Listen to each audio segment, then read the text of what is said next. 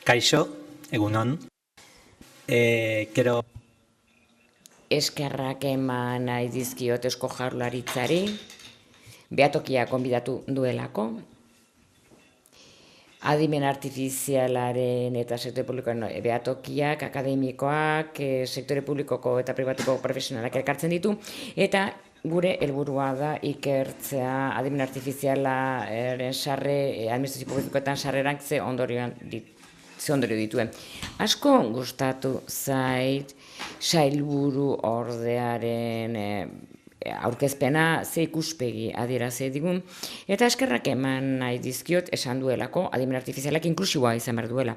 Eta esaten dut nire semearen ama gorra delako, eta oso referentzia egokia eman digu gizarte zerbitzuen inguruan batez ere. Eta gaur, aipatuko dudan gaia, hauxe izango da, datuen babesa eta pribatutasunaren babesa, adimen artifizialaren erabileran sektore publikoan.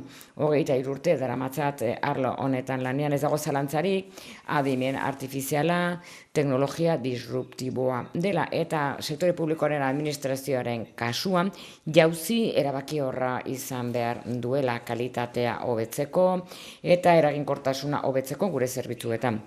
Eta gainera gaur eta etorkizunean dauden aukeren sorta oso zabala da, gure irudimenak ezin ezake hain besteko zabaltasun pentsatu. Jora de los... Eta honek eragiten dio administrazioari eta baita ere prozedurari eta kudeaketa publikoari, berari, ikuspegi bikoitz horren bitartez. Eta gertatzen dena da, aplikazioaren ingurua barren arabera eta teknologiaren garapenaren arabera, adimen artifizialak arriskoak sor ditzakela eta pertsonen eskubideei eragin diezaiekela. Eta noski askotan gertatzen dira kontrolatu ezin ditzakegun gauzak. Lukak esan bezala, gehiegizko erabilerak asimetria hori sakondu dezake, botere desorekak indartu ditzake, eta hori bada, autoritarismo teknologikoa, kontzeptu nahiko itxusia. Baina, Europan bereziak gara, eta horregatik aspaldidanik bagenuen hamarkada digitalerako printzipio eta eskubide digitalei buruzko Europako adierazpena. 2022ko abenduaren 15ean sinatu zen. Eta Europar Batasuna duen ikuspegia aurkezten du gaur egungo eraldaketa digitalarako. Adimen artifiziala barne sartzen da, adierazpen horretan, eta pertsonak erdigunean jarri nahi ditu. Pertsonak ditu ardatz. Sailburuak esan bezala, teknologia ez da helburu bat bere horretan, ez da jomuga bat bere horretan, helburua da pertsonen bizitza hobetzea, bestela ez du ezertarako balio. Beraz, pertsonak erdigunean jartzen baditugu, hori lotuta egongo da Europar Batasunaren balioekin eta funtsezko eskubideekin. Eta zentzu horretan adierazpen horrek erreferentziazko esparru bat sortzen du, bai herritarrentzat, bai Europar Batasunarentzat eta estatukideentzat eraldaketa digital hori egiteko. Eta badira bi artikulu oso interesgarri, eta horiek hitz egiten dute adimen artifizialaren erabilerari buruz. Lehenik eta behin esaten du adimen artifiziala tresna bat izan behar dela, pertsonen zerbitzura dagoena, eta bere helburu nagusia izan behar dela gizakion ongizatea areagotzea. Eta gainera, pertsona guztiak ahaldunduta egon beharko liratekeela jasotzeko sistema algoritmikoen eta adimen artifizialaren onurez gai izan beharko liratekeela beraien erabakiak hartzeko, beren kasa, eta babestuta egotea sor ditzakeen arriskuen eta kalteen aurrean direla osasunari, segurtasunari edo funtsezko eskubideei eragiten dioten arriskoak edo kalteak. Esaldi horiek bide bat erakusten digute, gure legeria, gure proiektua, gure gobernua eta oro har gure eraldaketa digitala nola egin behar den jakiteko. Berrikuntza digitala beraz ezin da gertatu pertsonen eskubideen bizkar. Adimen artifiziala erabiltzen badugu administrazioan, helburua izan beharko litzateke zerbitzu publiko hobeak eskaintza, baina baita ere kalitate demokratiko handiagoa eskaintzea. Eta horrek erabilgarritasuna eta balioa eskainiko lizkieke herritarrei.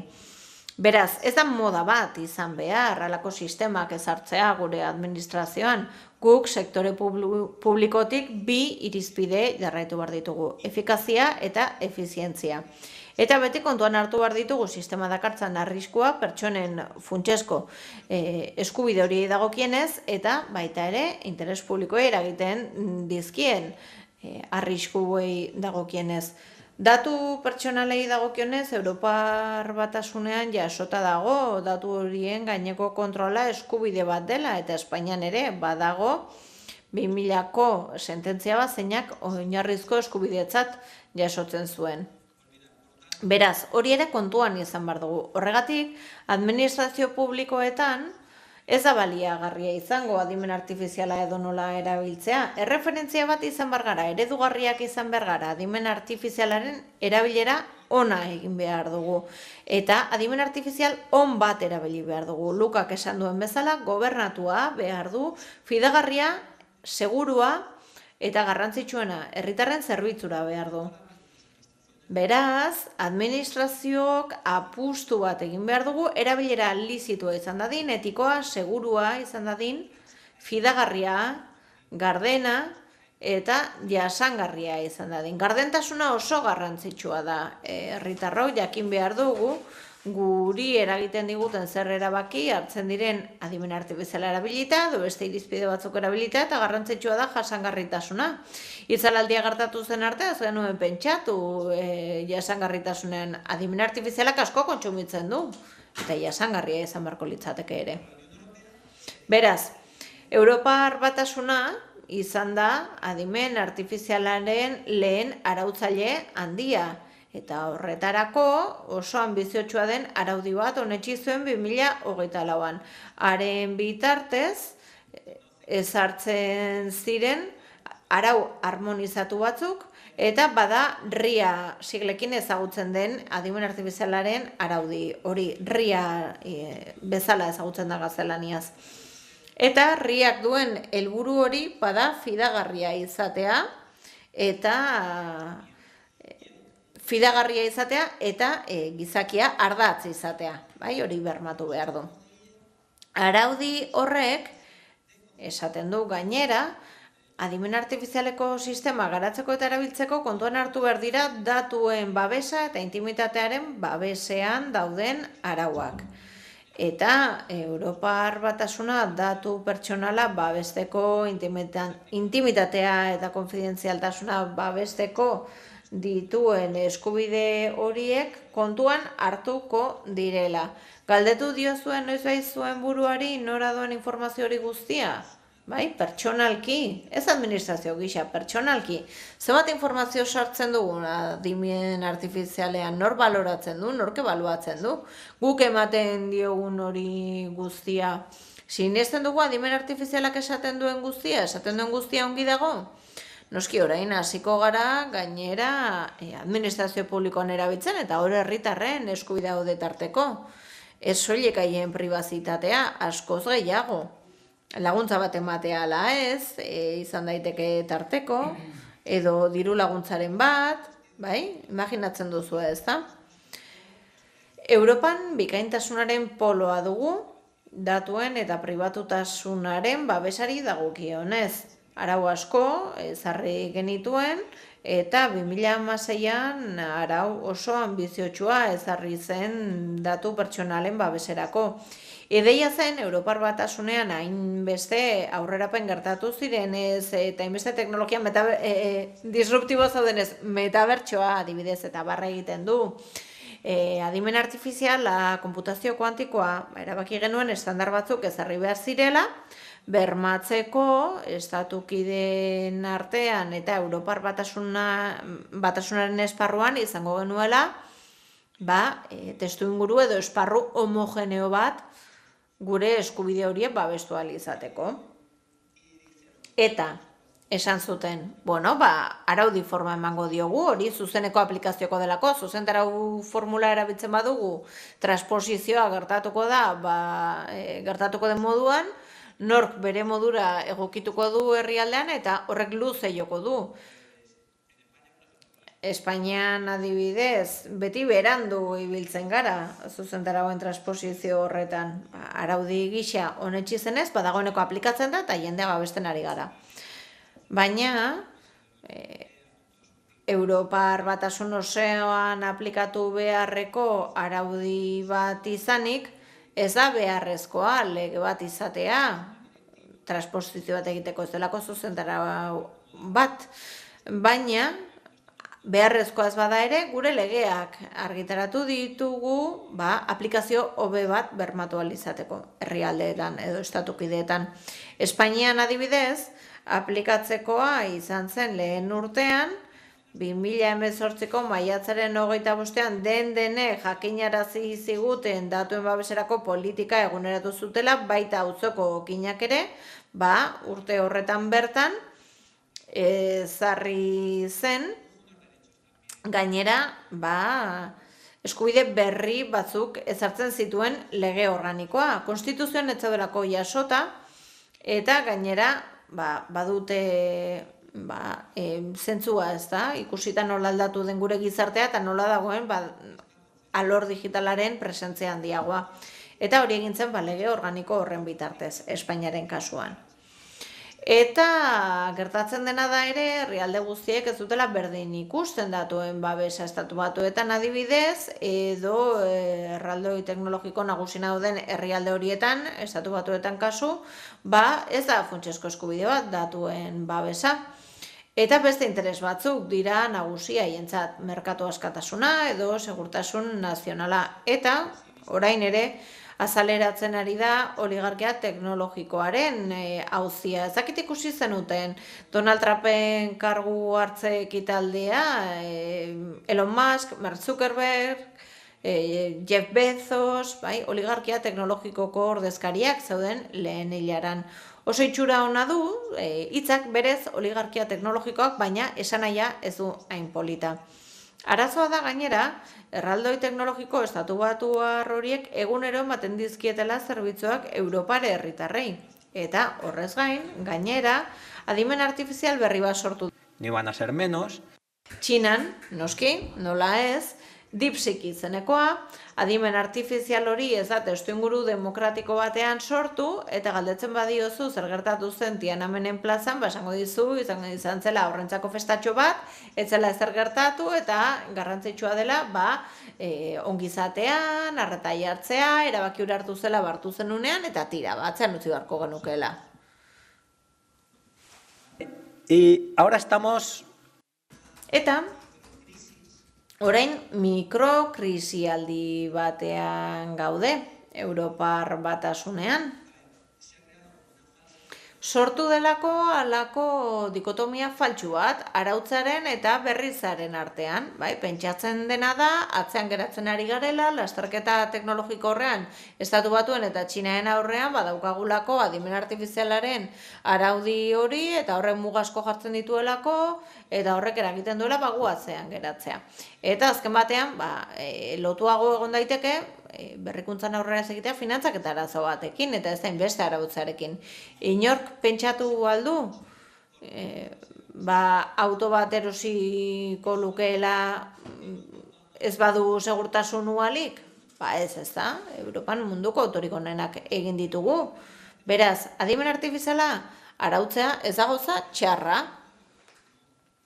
Seguragoa izatea txarra da? Ez. Eta ikuspegi garantista bat eskaintzen dugu. Estatu batuen ikuspegiaren arabera autoerregulazioaren alde egiten dute. Autoerregulazioak azkenean soilik laguntzen dio bere burua autoerregulatzen duenari. Ez herritarrei, bere burua regulatzen duenari, bera da onuradun nagusia. bai, oso sinplea da pentsatzea adimen artifizialak autorregulazioarekin funtzionatuko lukeela ikusita enpresa horiek interes ekonomiko partikularrak dituzela. Nola ez dio eragingo subiranotasun demokratikoari. Baina, Lukak esan duen bezala, hor badago erabaki politiko bat, eta bada omnibus digitala izena duen pakete hori. Con las obligaciones del reglamento de inteligencia Eta datu babeserako erregelamendua pixka bat lehundu, arindu, eta berrikuntza bizkortu, eta betetzea ere erreztu, obligazio batzuk kendu, adimen artifiziala entrenatu ahal izateko datu batzuekin. Bueno, nik uste dut ez dela atzerapen handia izango eskubideetan. Uste dut oraindik ere adimen artifizialareko erregelamendu bat izango dugula, eta itxoin barko dugu ikusteko azken testuak 2026an egiten denean, eta 2027 begira jadanik operatibo egon dadin, ea zer prestatzen joaten garen Europar Batasunean. Zein da gaur egungo egoera? Datu babeserako Espainiako agentziak azpimarratu du eta garrantzitsua dau jakitea. Agentzia guztiak ez ditu datu pertsonalak tratatzen, badaude adimen artifizialerako soluzio batzuk, adibidez produktu industrialen inguruan, edo finantza produktuen inguruan, eta ez dira datu pertsonalak tarteko, eta beraz berdintzaigu ez baditugu datu pertsonalak sartzen, ez dago arazorik, aitzitik gertatzen balin bada, bai, balin badaude, bai.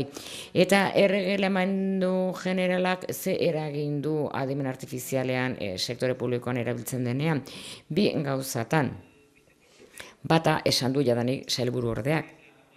Hau da, erabaki administratiboak hartzea adimen artifizialaren bitartez, eta bigarrenez, konfidentzialtasuna bermatzea eskaintzen diren datuetan. Hau da, babestutak ditugu gure administrazio guztiak eta gure administrazio guztietako sistemak, eta adimen artifiziala sartzen dugu ero moduan, doainik delako, eta errazten digulako lana. Ikusiko dugu hori zertan den. Lehen puntua, adimen artifizialean erabaki administratiboak hartzea, badago artikulua, datu babesean esaten duena pertsonak eskubidea dutela irizpide algoritmikoetan bakarrik oinarritzen ez den erabaki baten xede ez izatekua. Eta batez ere efektu juridikoak sortzen dituenan. Hau da, adimen artifizialak ezin du erabaki administratibo bat hartu pertsona baten gainean. Hau da, erabaki administratiboak adimen artifizialaren esku uztea giza gainbegiratzea erabat alde batera utzita, horrek eragina izango du zuzenean ez bakarrik herritarren eskubide funtsezkoetan, baizik eta baita ere interes publikoetan. Beraz, sektore publikoaren testu inguruan, erabakiak hartzeko prozesuan, ez naiz gutun bat laburtzeari buruz, irudi bat erabiltzeari buruz. Ez, ari gara erabakiak hartzeari buruz. Eta modu aktiboan, modu esanguratsuan, eraginkorrean eta arduratsuan parte hartu behar du. Ez ditut ausaz esaten adjektibo hauek. Baizik eta pertsona batek hartu behar dituela behar ainako aginpidearekin, gaitasunarekin eta gaitasun teknikoarekin. Hau da, adimen artifiziala kontuan hartu, bai oso adimentsua, baina kontuz erabilerarekin. Hau da, imaginatu ematen diogula munduaren bola adimen artifizialari eta handik egun batzutara erori egin zaiola. Beraz, egia da, naiz eta azken urteetan aurrera bide handia izan, adimen artifizialerako sistemak akatsak izan ditzake, aluzinazioak, lerrotzeak, gainera kalitate txarreko datuak elikatuta egon daiteke, eta ondorioz kalitate txarreko emaitzak emango dizkizu. Lerrokatze bat sartzen baldin badiozu, Lukak ere aipatu du, horixe gertatu bai da RBR-etan. Zuk lerrokatzak sartzen baldin dituzu eta arrazistak direnak esate baterako, adimen artifizialak ez dio emango beste herrialde batetik datorren inori diru laguntza bat. Beraz, funtsezkoa da ez galtzea begibistatik ze adinetan dagoen adimen artifiziala, oraindik jaio berri bada, naiz eta oso azkarra izan. Ez dakit, albiste hau ezagutzen duzuen. Fiskalak oinarritu egin zuen bere idatzia etzegoen jurisprudentzia batean adimen artifizialak eragindakoa, eta epaileak baliotzat eman zuen legaltasunari lotutako baliabide batean. Hau da, adimen artifizialean oinarritutako lehen erabaki bat hartuta, inolako berrespenik egin gabe, ez da bide zuzena.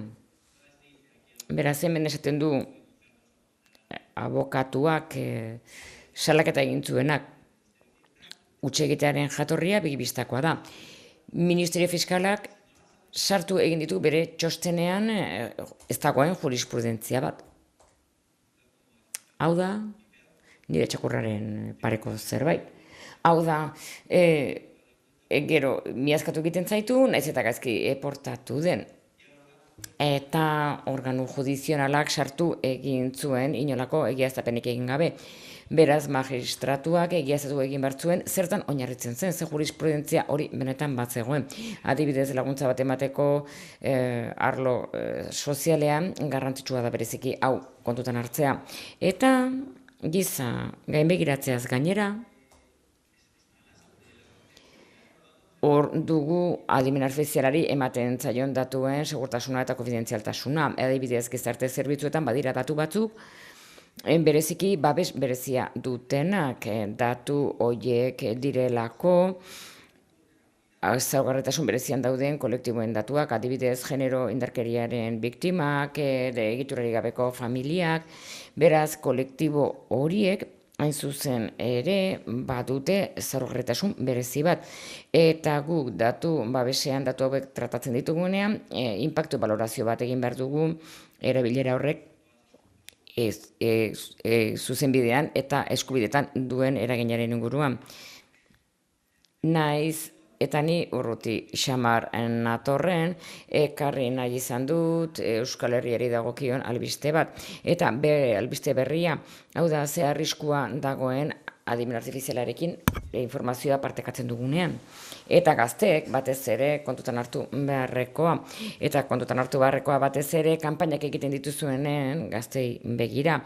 Hau da gehiago fio dira adimen artifizialaz gurasoaz baino.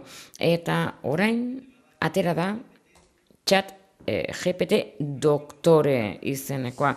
Jadanik medikuntzarloko gaiak galdetzeko erabiltzen dena. Eta erantzukizun arloa alde batera utzita eta uzten dizu hartzen dituzu hartu beharko pirula guztiak kontutan hartu gabe ze ondori izango duen. Beraz, oso arriskutsua da horrela jokatzea. Gainera, suizidioren bat ere egonda honen arira, beraz kontu handiz erabili behar da. Batez ere gaztei begira. Eta guk administrazio publikoan adimen artifiziala erabiltzen dugunean, ze 3 gauza hartu behar ditugu kontuan. Eta hemen kontutan hartu ditugu 3 arlo erabilienak. Kontutan hartu beharrekoak balorazio bat egiteko, hau erabiltzen dut edo bestea. Irekiak direnak eta doainik diren adimen artifizial horietan, WhatsApp adibidez, ez dira behar bezain seguruak, eta batez ere enterprise edo enpresa bertsioak hartu behar dira kontuan, adibidez, ordain bidezkoak direnak noski askoz ere seguruagoak dira. Eta datuen babeserako araudi orokorrari dagokionez, adimen artifiziala datu babesean deitzen zaio tratamenduaren arduradun. Zer esan nahi du horrek? Erakunde batek erabili tratatu egiten dituela datuak administrazioaren kontura, zerbitzare batzuetan sartzen dituzte, ezagutzen dituzte, landu egiten dituzte ere bai. Eta 3 adibide jarri dizkizuet, 3 adimen artifizial erabilienak. Cloud falta izan zait, baina ez dut demorik izan ondo aztertzeko. Baina sartu dizuet Microsoft Copilot. Eta tratamenduaren arduradun gisa nahiko ondo dagoena. Baina zein dago ondo Microsoft Copilot 375 enpresentzat ordaindu egiten denez, nahiko segurua da. Eta baditu datuen pertsonalen babeserako zerbitzuak, eta hor konpromisoa hartzen dute, hainbat arau beteko dituztela, hainbat datu babeserako arauak hartuko dituztela kontuan. Esaten dizuet, ikusten balin badizue harritzen zaituen zerbait, kontutan har dezazuen.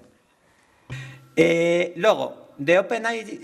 Gero dugu OpenAI ChatGPT, eta eranskin badue datuen tratamendurako, horrela sartzen balin baduzue Googleen aterako zaizue, eta ondo dago ere bai. Eta gero dugu Google Gemini gutxien gustatzen zaidana, ez bai du dokumentu zehatz bat egin AArentzat, baizik eta dokumentu bat erabiltzen dituzte mugikorrentzat, cloudentzat berrera egin duten nolabait esateko gutxiago gustatzen zait.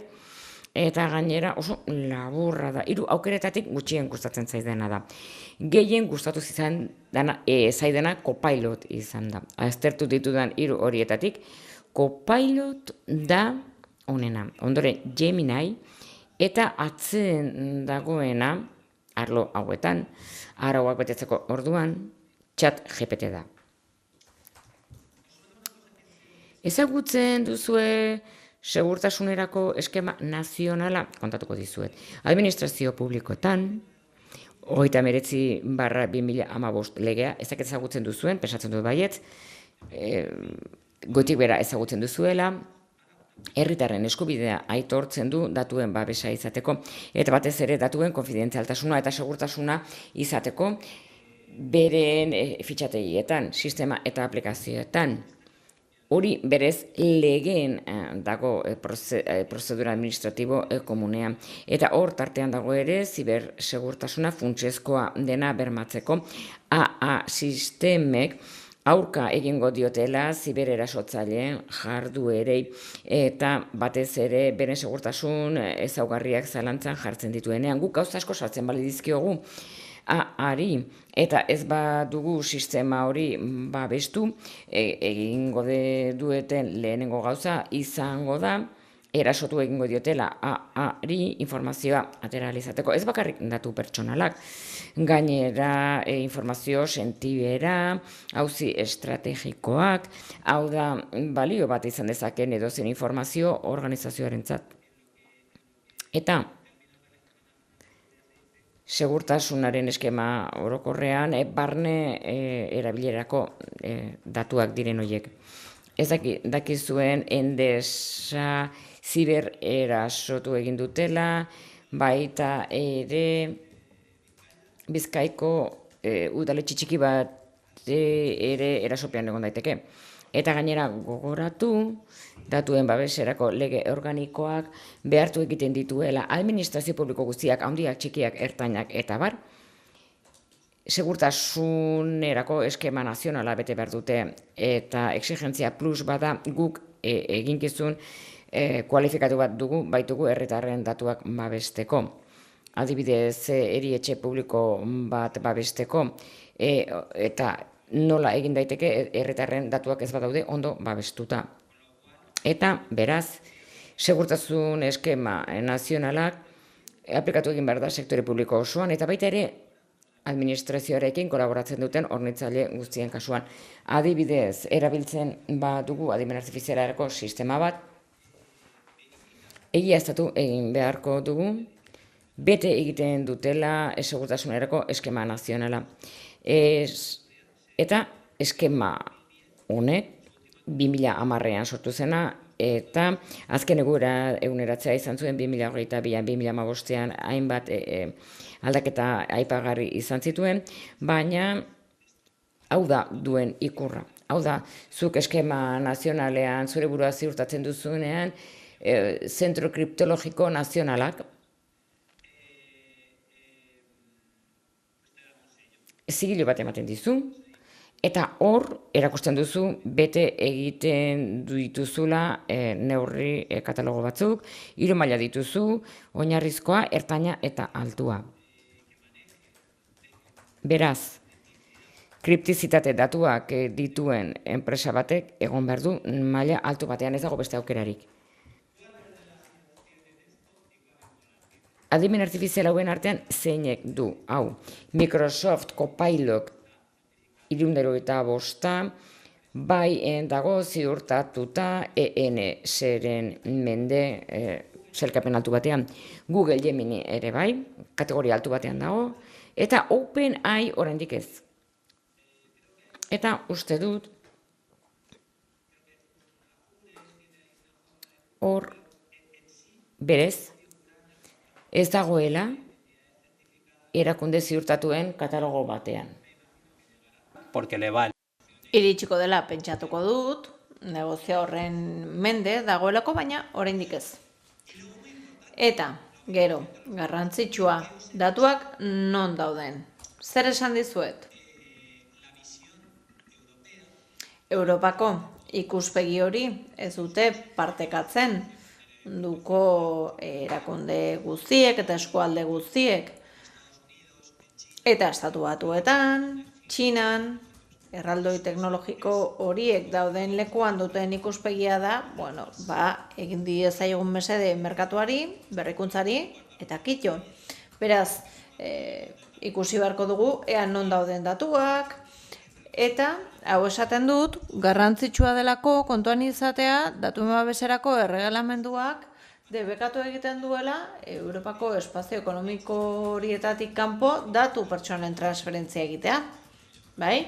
Eta osartzen dira Europar Batasuneko kideak Liechtenstein, Islandia eta Norvegia, Groenlandia ez du sartuko hemen, edo eta beste herrialde batzuk zeinak adierazpena jaso duten Europako Batzordaren eskutik lege babes maila egokia izateko. Argentina, Uruguai, baude zenbait herrialde, bai? Halako adierazpena jaso dutenak.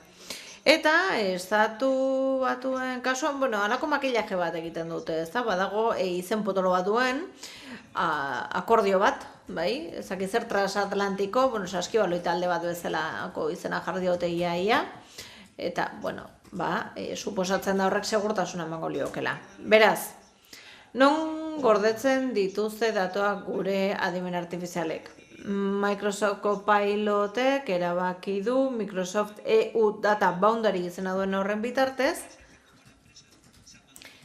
Erabaki du Microsoft Copilot 365 enpresen datuak Europar Batasunen biltegiratuko direla. Eta hor, odei guztiak, Irlandan jartzea erabaki zen hasiera batean, bestela ezin zituzelako zerbitzuak eskaini ben noski erregimen fiskala hobea da.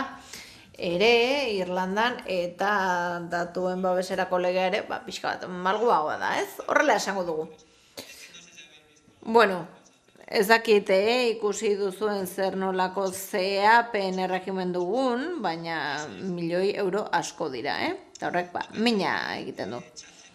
OpenAI eta ChatGPTek 2025-etik aukera ematen dizute hautatzeko enpresen bertsioan, non nahi dituzun biltegiratu zure datuak.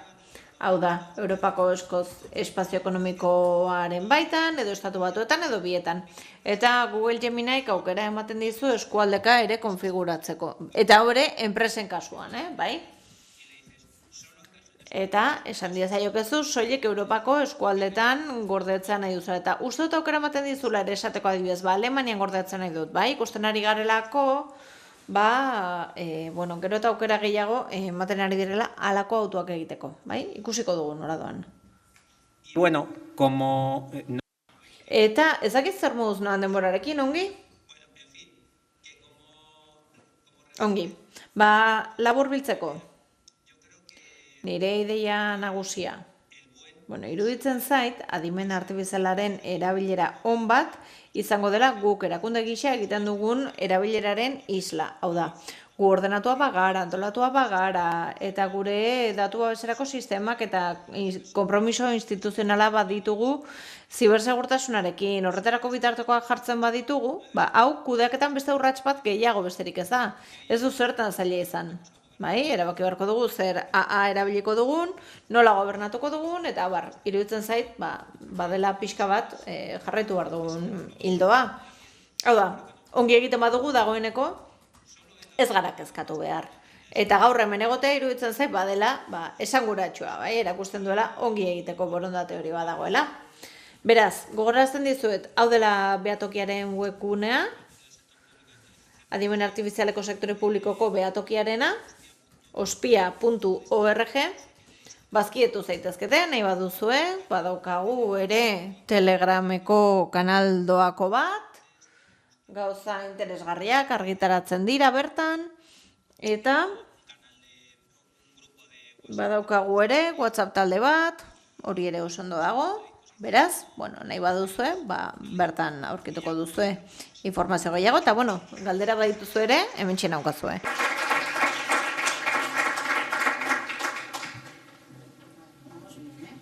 Muy bien, muy bien, muy bien. Lo tenía controlado.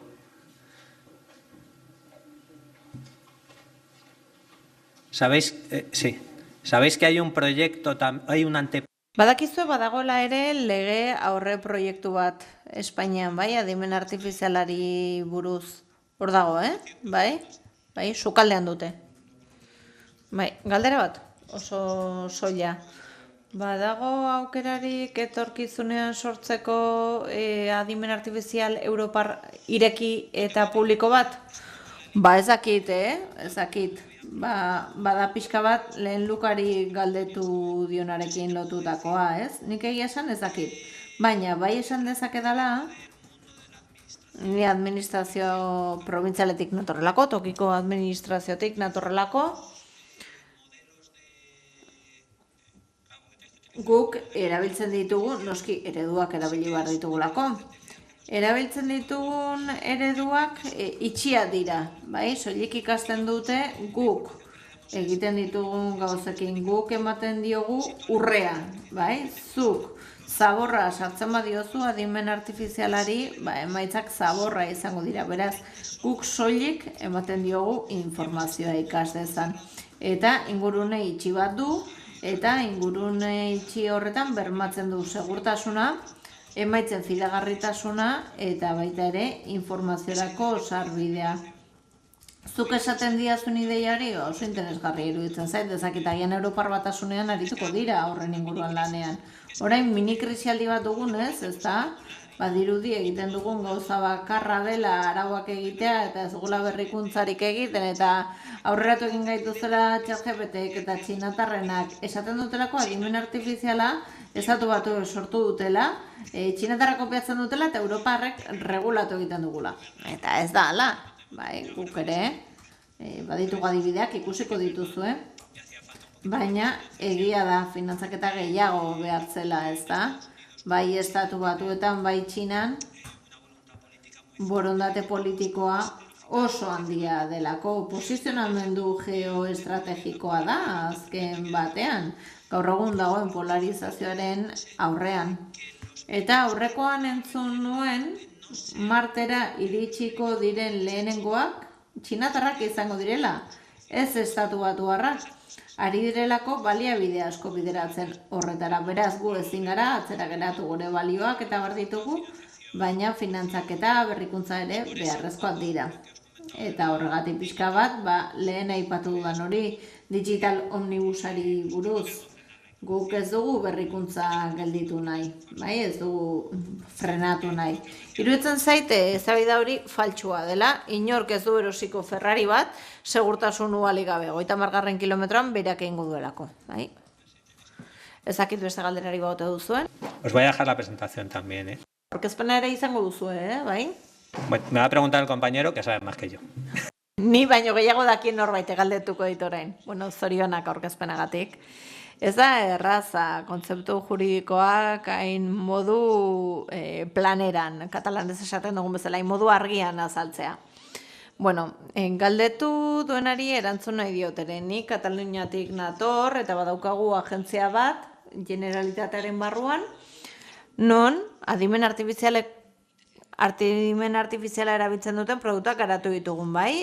Erabili ditugu eredu handiekin lan egiten duten adimen sortzaileko ereduak, baina horrekin batera, OpenAI-az gain, Barcelona Supercomputingekin lanean ari gara kode irekiko eredu bat lantzen, hainbat parametro ditu, eta ikusten ari garena da tamalez oso maila txikia ematen duela OpenAI-arekin alderatuz gero 40 milioi parametro duenak ere ez du ematen antzeko emaitzarik. Beraz, ari gara, baina bidea badirudi luzea izango dela, eta zuri galdetu nahi nizun.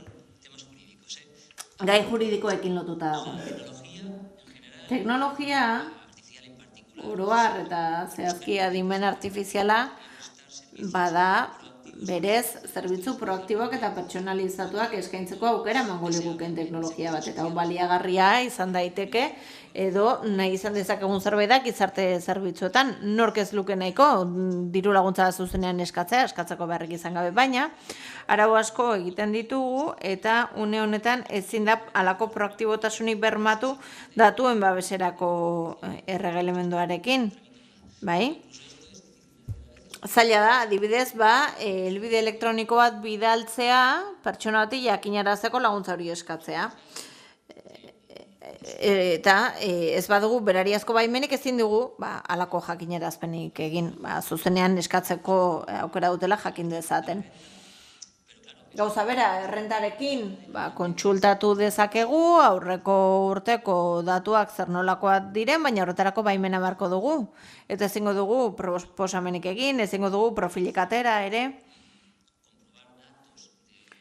Eta ezingo ditugu pertsonen datuak egiaztatu diru laguntzak emateko. Bai, ez daukagu. Baimenik hori egiteko, beraz hor eztabaida ez da. Balio ote duen adimen artifizialak edo ez datu asko dituzu, profilak egin behar dituzu, eta asko diote, pixka pasatzen ari gara. Agian nola bait malgutu berko litzateke esparru honetan, hau da, zuk adostasuna ematen baduzu, adostasunak aukera ematea kontsulta horiek egiteko, eta aurkaritza aurkeztu behar izatea, bai. Berez onespen hori orokortzea, ez da, hemen badago ere interes legitimoaren kontua, ez da, baina ikusiko dugu nola geratzen dena digital omnibus horrekin, atzera pauso txiki bat izan daitekeen horrekin, datuen babeserako agentzian zuzendari berria dugu, eta bera interes legitimoaren aldekoa da, ikusiko dugu. Baina noski, zuk badituzu arauak, badaukazu Europar Batasunaren auzitegiaren jurisprudentzia eta ikusi beharko dugu ere, zer nolako bidea hartzen duen auzitegia berak. Iruditzen zaidalako egia da oso mugarrituta dagoela dena, beraz, agian interes legitimaren aldeko lan bat egin litzateke ezakit, baina ikusiko dugu, kukisak, bai? Amez gaizto hori.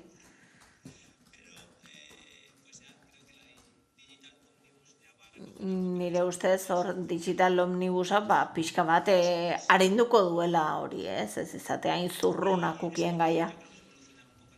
Eta iruditzen zait hor, interes legitimo horretan sakontzea ekarriko duela.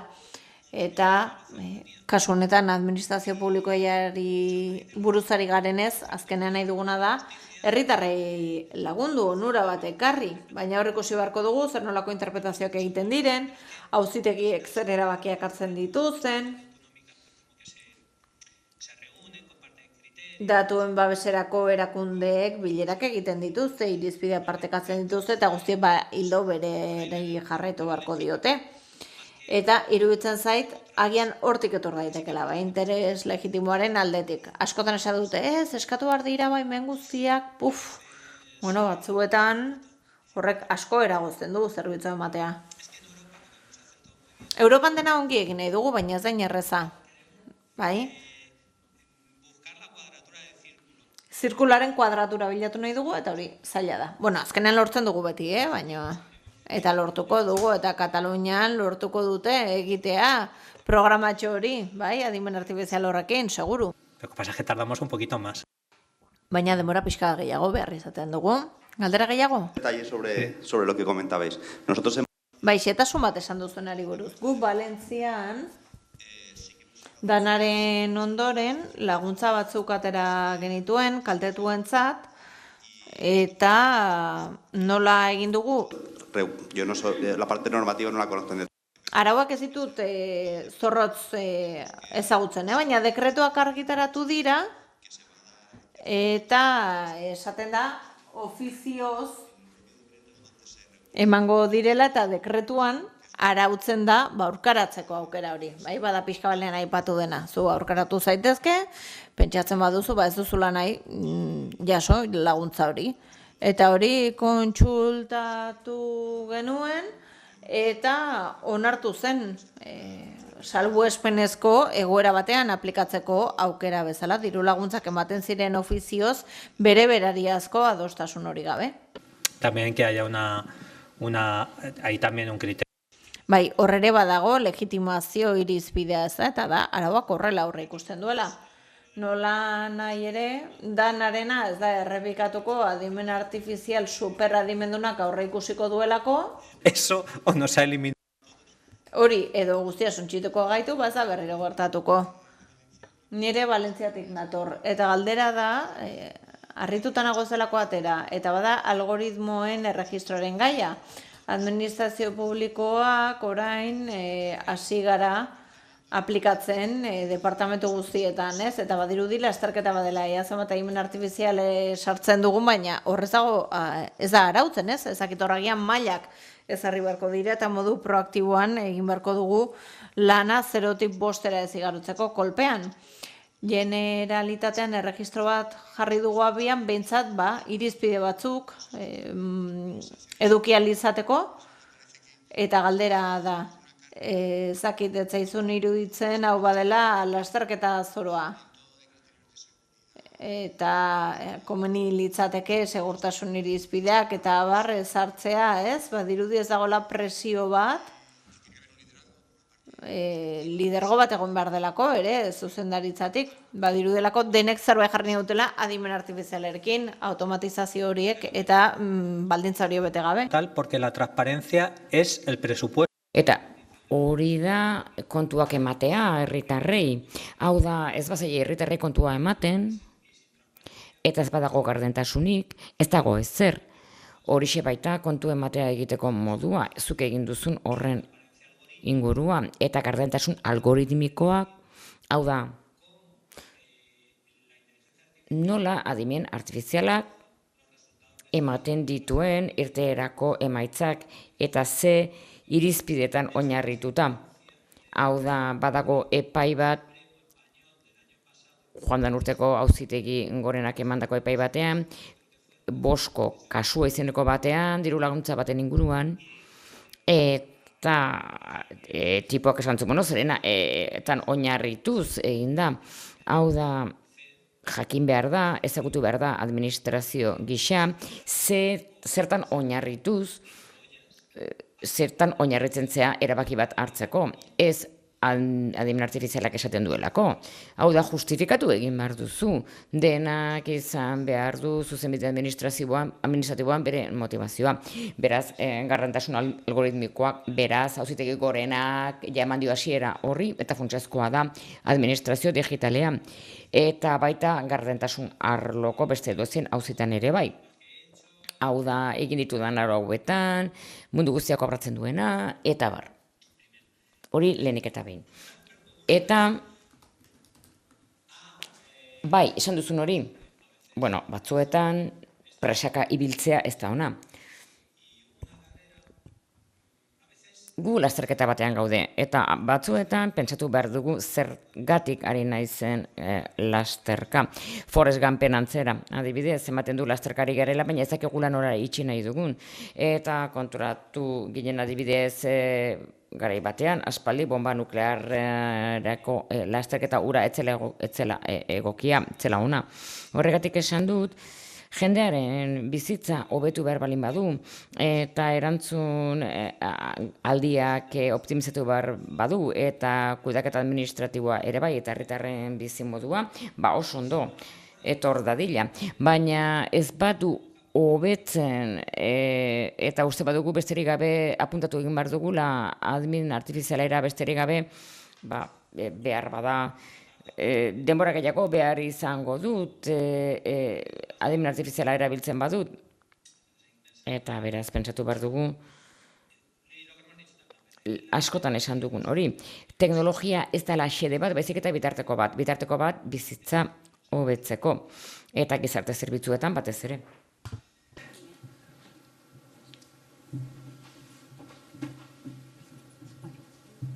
Pues ya vamos ya fuera de tiempo. Denbora agortu zaigu, eskerrik asko Isidro. Bueno, ikasi dut kaixo egunon eta eskerrik asko. Eta orain kafe garaian zerbait gehiago ikasiteko aukera izango duzu. Kafea ondoan dagoen aretoan dugu eta ordu erditxo bat dugu atseden hartzeko eta elkarrekin hitz egiteko.